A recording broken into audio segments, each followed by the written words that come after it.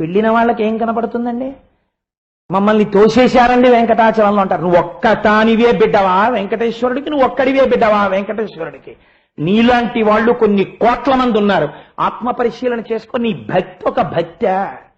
నీకు వెంకటాచలం వెళ్ళాలంటే కాటేజ్ ఉండాలి, నీకు వెంకటాచలం వెళ్ళాలంటే ఆర్జిత సేవ టికెట్ ఉండాలి, నీకు వెంకటాచలం వెళ్ళాలంటే నీ కాటేజీలోనే తలనీలాలు తీయాలి, నీకు వెంకటాచలం వెడితే నువ్వు మినరల్ వాటర్ బాటిల్ సంకలో పెట్టుకుని తిరుగుతావు, నీ సెల్ ఫోన్ జామ్ అవ్వకూడదు, నీకు రిటర్న్ జర్నీ రిజర్వేషన్ ఉండాలి, మిడిల్ బెర్త్ ఉండాలి, గాలి బాగా వెయ్యాలి, వెళ్ళేటప్పుడు పులిహార అట్లు అన్నీ తినాలి, ఆఖరికి దున్నపోతు మార్కెట్లో తిరిగినట్టు 10 మంది ఆడవాళ్లు ప్రయాణం చేసే చోట నేను ఇలా ఉండొచ్చా అని కూడా చూడకుండా 50 ఏళ్లు ఒంటికొచ్చిన తర్వాత ఓ నిక్కరేసుకుని బెత్త మీద పడుకుని నువ్వు తిరుగుతూ ఉండడం బోగిలు. ఇంత కుసంస్కారంతో నువ్వు ప్రయాణం చేసి నువ్వు వెంకటాచలం వెళ్ళావా? నీ వెనక కోట్ల మంది దర్శనానికి ఉన్నారా? నిన్ను జరుగు అంటే నీకు కోపమా? ఏమిటి నీ అభిజాత్యం? దేనికి నువ్వు గొప్ప? నిన్ను తోస్తే బయటికి వచ్చి అన్నాడు ఒక మహానుభావుడు, కోటికి పడగెత్తిన ధనవంతుడు, కూటి కోసం శ్రమపడే నిర్భాగ్యుడు, నీ గుడి ముంగిట సామాన్యుడు. నేను అందుకే సుప్రభాత దర్శనం దగ్గర నుంచి ఒక్క పౌరాణిక ప్రసంగం చెయ్యడానికి వచ్చినప్పుడు తప్ప, అప్పుడు నా స్టేటస్ ఇక్కడ పురాణ ప్రసంగం చేసేవాడిని కాబట్టి ఏ దేవాలయానికి వెళ్ళినా దర్శనం చేయిస్తారు. కనుక ఇక్కడే కాదు, ఎంత పెద్ద ఉత్సవం జరుగుతున్న చోట, ఆఖరికి నేను వెంకటాచలంలో బ్రహ్మోత్సవాల్లో ఉపన్యాసం చెప్పడానికి వెళ్ళినా స్పెషల్ గా అటెండెంట్ వచ్చి లోపలికి తీసుకెళ్లి దర్శనం చేయిస్తారు. అది మర్యాద. అందుకని ఆ ఒక్కసారి లోపలికి వెళ్ళి దర్శనం చేస్తాను తప్ప సుప్రభాతంలో కానీ ఏకాంత సేవలో కానీ నేను ఎప్పుడు కోటేశ్వరారు ఇలా నేను అలా దూరిపోతే నన్నేమనరు, కానీ నేను అలా దూరను. మీ అందరితో పాటే నేను ఆ లైన్లో వెళ్ళి దర్శనం చేస్తాను. వెంకటేశ్వరుడికి మీరందరూ బిడ్డలు, నేను ఒక బిడ్డండి. అందుకే ఈ ప్రాంగణంలో నమస్కారం చేయకండి 7 రోజులు అంటున్నాను. ఆయనకి వెళ్ళాలి నమస్కారం, నాకెందుకు? నేను వాడి కింకరుణ్ణి, వాడికి నమస్కరిద్దాం అందరం, నాకెందుకు నమస్కారాలు? అది ఆభిజాత్యం అయిపోతుంది. కనుక మహానుభావుడై వెంకటేశ్వరుడై నిలబడ్డాడు. కొంతమందికి ఆ భావన కలిగింది, అందరూ దాన్ని పొందలేకపోయారు. మీకు నేను ఒక ఉదాహరణ చూపిస్తాను. అన్నమాచార్య స్వామి వారు చాలా చిన్నతనంలో వెళ్ళారండి వెంకటాచలం. ఆయన ఏం పెద్దవారు అయిపోయిన తర్వాత వెంకటాచలం వెళ్ళలేదు. మీరేవో కొన్నింటిని 50 వేసి 60 రూపాయలు ఇచ్చి చూసినటువంటి కొన్ని విషయాల్ని బట్టి అన్నమాచార్యుల వారి కథలు నిజం అనుకోకండి. అన్నమాచార్యుల వారి చరిత్ర వేరుగా ఉంటుంది. కాబట్టి ఆయన పిచ్చ వేషాలు వేయడం, ఎవరితో తిరుగుతూ ఉండడం, పూల గొడుగులు పడిపోతూ ఉండడం, యాపిల్ పళ్ళు నీళ్లలో పడిపోవడం, ఇలాంటి వెర్రిలేమి ఉండవు. అన్నమాచార్యుల వారి జీవితం వేరుగా ఉంటుంది. అది పవిత్రంగా ఉంటుంది. అది సూర్యకిరణముల చేత వికసించిన తామర పువ్వు. డబ్బుల కోసం కొన్ని మూలీలు ఉంటాయి, అవి యథార్థాలు అనుకోకండి. అందులో ఉన్న పవిత్రతని స్వీకరించండి, నాకు అభ్యంతరం లేదు. కనుక ఆ అన్నమాచార్య స్వామి వారు చాలా చిన్న వయస్సులో వెంకటాచల క్షేత్రానికి వెళ్ళారు. వెళ్ళినప్పుడు మీరు ఎప్పుడైనా అన్నమాచార్య స్వామి వారి జీవిత చరిత్ర మీద కొన్ని పుస్తకాలు ఉన్నాయి, ఎస్టాబ్లిష్డ్ బుక్స్. వారి జననమునకు ముందు జరిగిన విశేషాల నుంచి ఉన్నాయి. అందులో వెంకటాచలంలోకి ఆయన ప్రవేశిస్తారు. ప్రవేశించి ఆయన వెంకటేశ్వర స్వామిని దర్శనం చేశారు. చేస్తే ఏమనాలండి? అబ్బా ఎంత బాగున్నాడండి అనాలి. మనం అయితే ఏమంటాం? ఇదే మాట చెప్తాం మనం, అబ్బా ఎంత బాగున్నాడండి, ఎంత బాగున్నాడండి అంటాం మనం. ఆయన ఏమన్నారో తెలుసా అండి? అసలు వెంకటేశ్వరుడెవరో అన్నమాచార్యుల వారికి అందింది. ఆయన అంటారు, పొడగంటిమయ్యా మిమ్మో పురుషోత్తమ అని. ఆ కీర్తన, నాకు ఆ కీర్తనలో వచ్చిన కూడా ఏమిటంటే అవి నాకు జ్ఞాపకానికి ఉండవు, ఆ కీర్తనలు నాకు అలవాట్లేక. పొడగంటిమయ్యా మిమ్మో పురుషోత్తమ. ఆ తర్వాత ఏమిటండి? కోరిమమ్మునేలినట్టి కులదైవమా చాలా ఈ విధి పెద్దలిచ్చిన నిధానమా అని. అందులో మీరు చూడండి, పొడగంటిమయ్యా మిమ్మో పురుషోత్తమ. ఆహాహా ఈశ్వరా నీ పొడగన్నాను. ఈ మాట ఎంత గంభీరమైన మాటో మీరు చూడండి. మనం ఒక మాట అంటుంటాం, ఏమిటోనండి ఉన్నది 2 పిల్లలు, అన్నా చెల్లెళ్ళు ఎంత ప్రేమగా ఉండాలండి, ఏమి దౌర్భాగ్యమో ఒకళ్ళ పొడొకళ్ళకి కిట్టదండి అంటాం. పొడ అంటే ఏమిటండి? పొడ అంటే నీడ లేదా సామీప్యమును ఆవిష్కరించగలిగినది, అంతవరకే. ఆయన అన్నారు, నేను చూస్తున్నది పొడ. పొడగంటిమయ్యా మిమ్మో పురుషోత్తమ. అసలు దర్శనం ఇక్కడ జరగాలి నాకు భావ ఆనంద పారవశ్యమునందు. కనుక పొడగంటిమయ్యా మిమ్మో పురుషోత్తమ. ఎవరు ఈయన అంటే ఆయన అంటారు, ఆ కోరిమమ్ము నేలినట్టి కులదైవమా చాలా ఈ విధి పెద్దలిచ్చిన నిధానమా. అంటే నేను ఎక్కడైనా మాటల యందు చిన్ని చిన్ని దోషములు ఉండి ఉండవచ్చు, నేను భావాన్ని మాత్రమే ఆవిష్కరిస్తాను, నేను సంగీత విద్వాంసుడిని కాను కదా. అందుకని కోరిమమ్ము నేలినట్టి, ఎంత గొప్ప మాట పడిపోయిందో చూడండి. ఆయన బ్రహ్మాండ పురాణం లేకపోతే వరాహ పురాణం భవిష్యోత్తర పురాణం ఇవన్నీ చదివి వెళ్ళారా అన్నమాచార్యులు. అంటే ఎవరికి ఈశ్వరానుగ్రహం ఉంటుందో వారికి ఈశ్వర తత్వము అవగాహన అవుతుంది. ఆయన అంటున్నారు కోరిమమ్ము నేలినట్టి, ఎవ్వరూ ప్రార్థించలేదు, కలిపురుషుడి యొక్క ప్రభావానికి మేము వశులమైపోయి ఉంటే మమ్మల్ని రక్షించడానికి నీ అంత నువ్వుగా వచ్చి నిలబడ్డావు. కోరిమమ్ము నేలినట్టి కులదైవమా చాలా ఈ విధి పెద్దలిచ్చిన నిధానమా. పెద్దలైనటువంటి వాళ్ళంటే ఎవరు? ఇదిరా కలియుగంలో నిన్ను రక్షించగలిగినది, ఇదిరా నామం. అందుకే సుప్రభాతంలో మనం ఒక మాట చెప్తాం, అహం దూరతస్తే పదాంభోజ జుగ్మ ప్రణామ్యచ్చ యాగచ్చ సేవాంకరోమి సకృచ్చేవ యానిచ్చ సేవా ఫలం త్వం ప్రయచ్చ ప్రయచ్చ ప్రభో వెంకటేశ. అజ్ఞానినా మయా దోషాన శేషాన్ విహితాన్ హరే క్షమస్వత్వం క్షమస్వత్వం శేషశైల శిఖామణి అని చెప్తాం. ఎంత గొప్ప శ్లోకం అండి ఆ శ్లోకం. అహం దూరతస్తే పదాంభోజ జుగ్మ ప్రణామిచ్చ యాగచ్చ సేవాంకరోమి. భక్తి రాశీభూతమైపోతే ఆ సుప్రభాతం వస్తుంది, అక్కడ శ్లోకాలు వస్తాయి. మీరు చూడండి, అప్పటి వరకు స్వామి లే లే లే లే అని పిలిచారు. ఎలా లేచాడు ఆయన? అయ్యో పిల్లలు పిలుస్తున్నారని చెప్పి ఇలా కనపడచ్చా కనపడకూడదా ఆయన చూసుకోలేరు. మీరు ఏకాంత శయనం చేసినప్పుడు అమ్మవార్లను ఇద్దరిని చక్క దగ్గరగా పడుకోబెడితే రాత్రి ఆయన ఆ పలుచటి ఉత్తరీయాన్ని పక్కన పెట్టి అమ్మవార్లని గాఢాలింగనం చేసుకున్నాడు. అసలే నల్లటి స్వామి.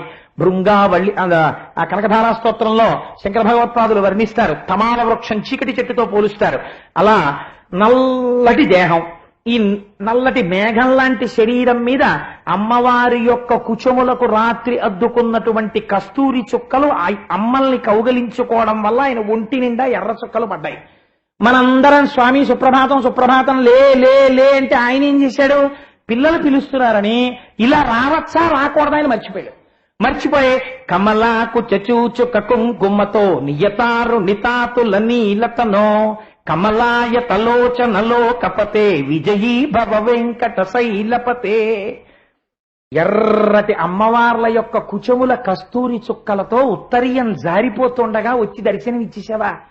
అయ్యో అయ్యో అయ్యో అయ్యో స్వామి, నా కళ్ళు అసలే మంచివి కావు, కనురాపు తగులుతుంది, అవన్నీ కనపడిపోతున్నాయి, కప్పే ఉత్తరీయం కప్పే, ఎక్కడ దృష్టి తగులుతుందో అని కమలాకు చచూచుక కుంకుమతో నియతారు నితాతుల నీలతనో కమలాయ తలోచనలో కపతే విజయీ భవ వెంకట శైలపతే. మీరు ఆయనకి విజయీభవ అన్నవా? భక్తి వడలు తెలియని స్థితికి వచ్చేసింది ఆయన దర్శనానికి. చతుర్ముఖ షణ్ముఖ పంచముఖ ప్రముతాఖిల దైవత మౌళిమణే శరణాగత వత్సలసార నిధే పరిపాలయమాం వృషశైలపతే. అధివేల తయాత వదుర్విషహై రనువేల కృతైరపరాధశతై భరితం తరితం వృషశైలపతే త్వరయా కృపయా పరిపాహి హరే. ఎంత ఆర్తండి! తొందరగా స్వామి అపరాధశతై, ఎన్ని తప్పులు చేశానో ఇన్నాళ్ళకి నీ ముందుకొచ్చి నిలబడ్డా, తీసేయి ఈ పాపరాశినంతటిని, నన్ను నీ హక్కున చేర్చేసుకో. ఇన్నాళ్ళకి కదా నీ దగ్గరికి వచ్చాను, నీ దగ్గరికి వచ్చిన ఈ పుణ్యానికి నాకేదో ఫలితం అనకు తండ్రి. ఈ ఫలితాన్ని అడ్డు పెట్టి మళ్ళీ మళ్ళీ మళ్ళీ మళ్ళీ నీ దగ్గరికి తెచ్చుకో. మళ్ళీ మళ్ళీ నీ దగ్గరికి తెచ్చుకుంటే, నీ దగ్గర కూర్చుంటే నన్ను నువ్వే చూసుకుంటావు. ఇంకా నేను అడగడం ఎందుకు? అందుకని నాకేమిటి ఇవ్వాలో తెలుసా పరమ ప్రయోజనం? అహం దూరతస్తే పదాంబోజ జుగ్మ ప్రణామిచ్చ యాగచ్చ సేవాంకరోమి సహృచ్చేవ యానిచ్చ సేవా ఫలం త్వం ప్రయచ్చ ప్రయచ్చ ప్రభో వెంకటేశ. ఏమి శ్లోకాలండి, అమృత గుళికలు ఆ సుప్రభాత శ్లోకాలు.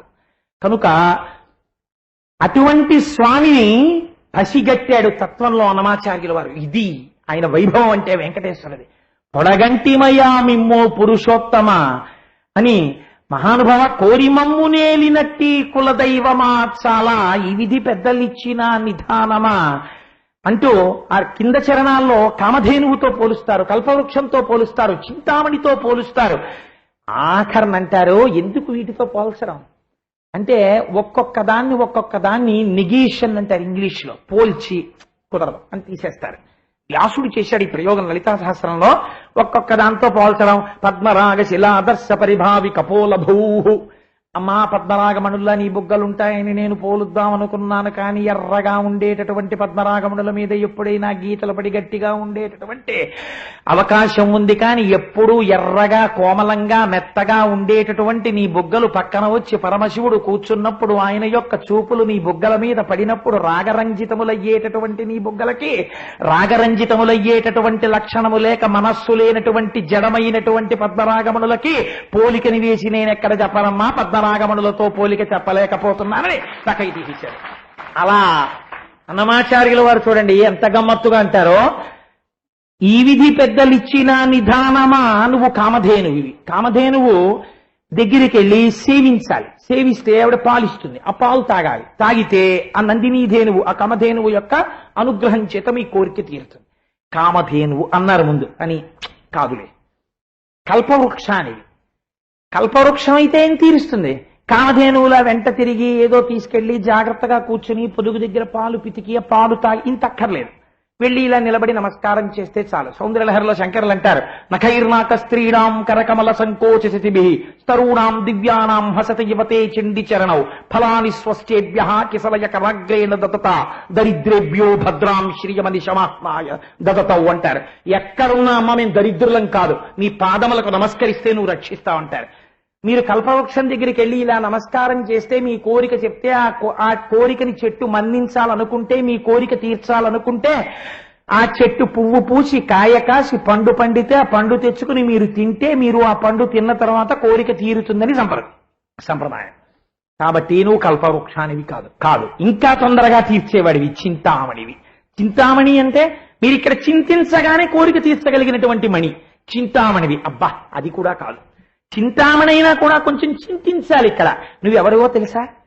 బ్రహ్మాండ స్వరూపమునందుండి అసలు మాకు ఏ ప్రమాదం రాకుండా మేమే కోరిక నోరు విప్పి అడగవలసిన అవసరం లేకుండా ఇలా అన్నంత మాత్రం చేత రక్షించుకోగలిగినటువంటి ధరణీ నాయకుడవు. కాబట్టి వెంకటేశ్వర నువ్వంత గొప్పవాడివి.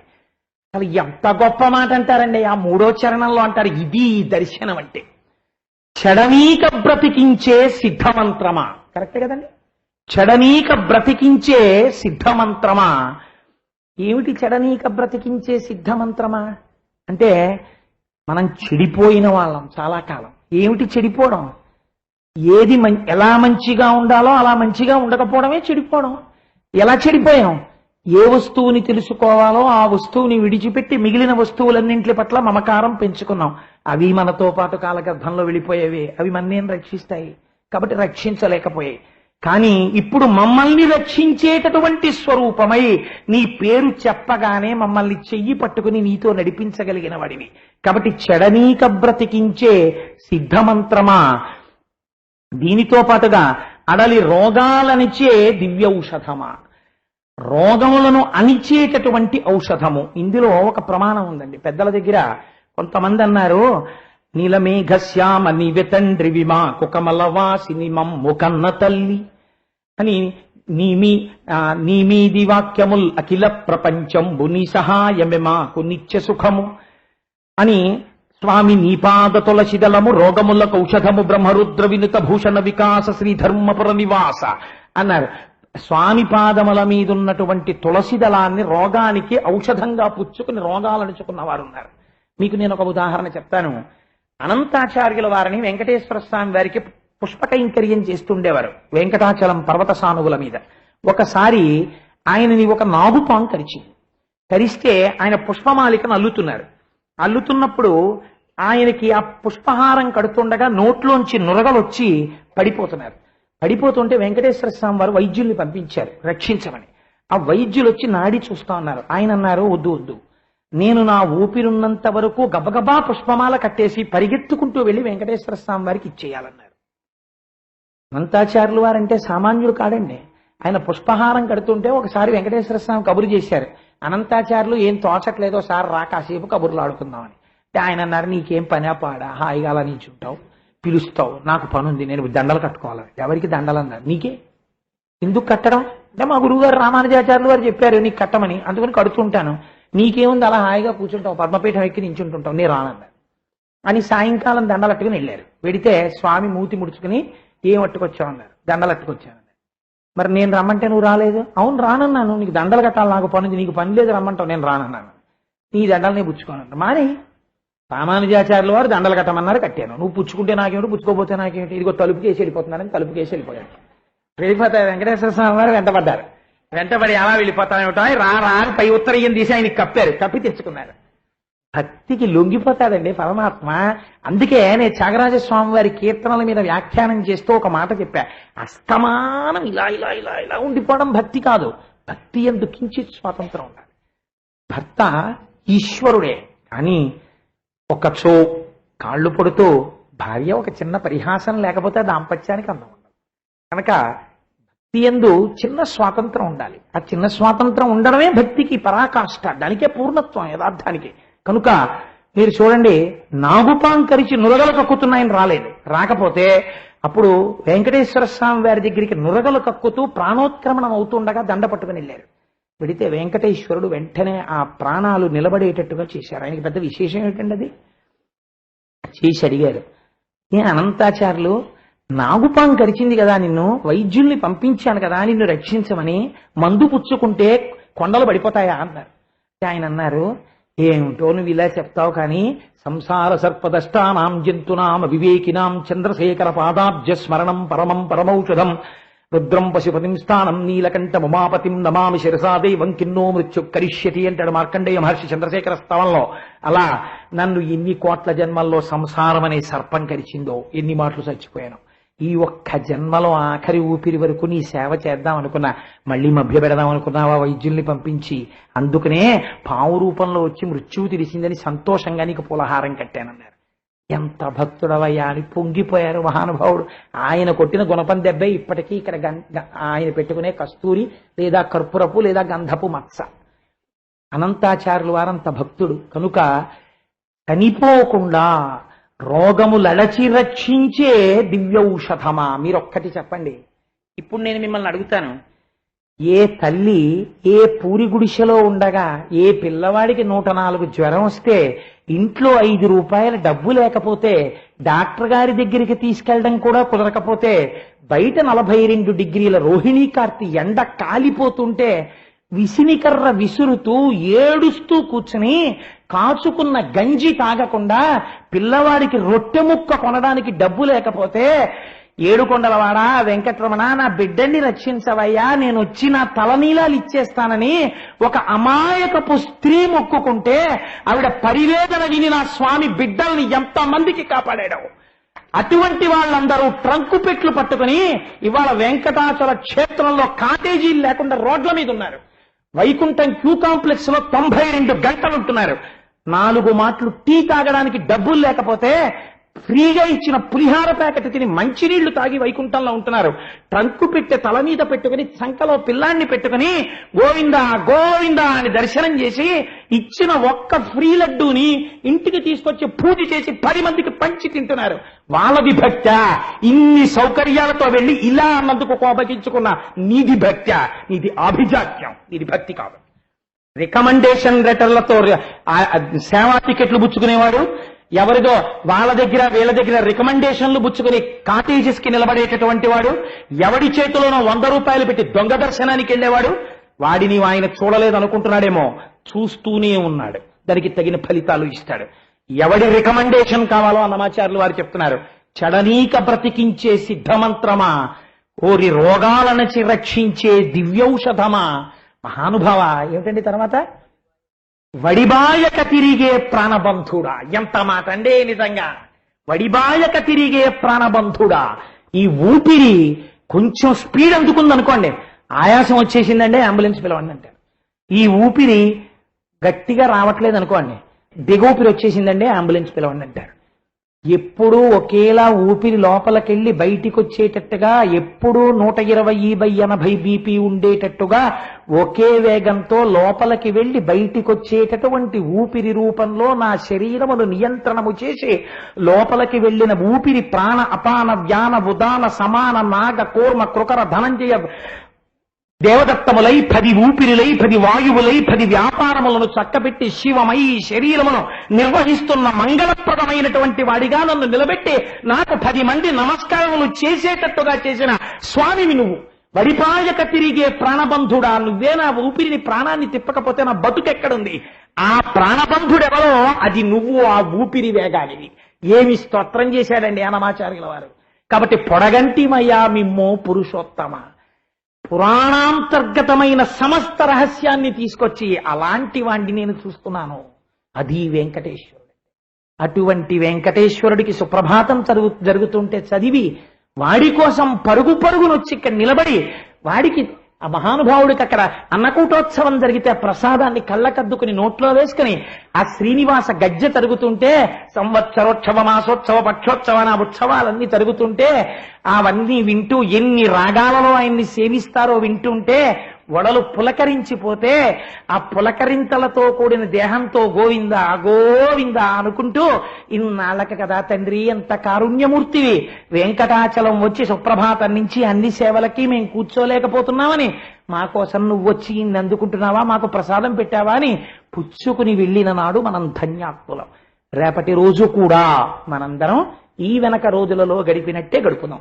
ఇప్పుడు ఒక్క 11 మాటలు స్వామి గోవిందనామని చెప్పి మనం సహస్రదీపాలంకార సేవకి ఉద్యుక్తులం అవుదాం. వాటి రోజున దాదాపు 5 గంటలు శ్రమించారండి. ఈశ్వరుడు మనకి తన వైభవాన్ని అందించడానికి తన దగ్గర ఉన్నటువంటి మహాభక్తులైన వాళ్ళని మన దగ్గరికి పంపించాడు.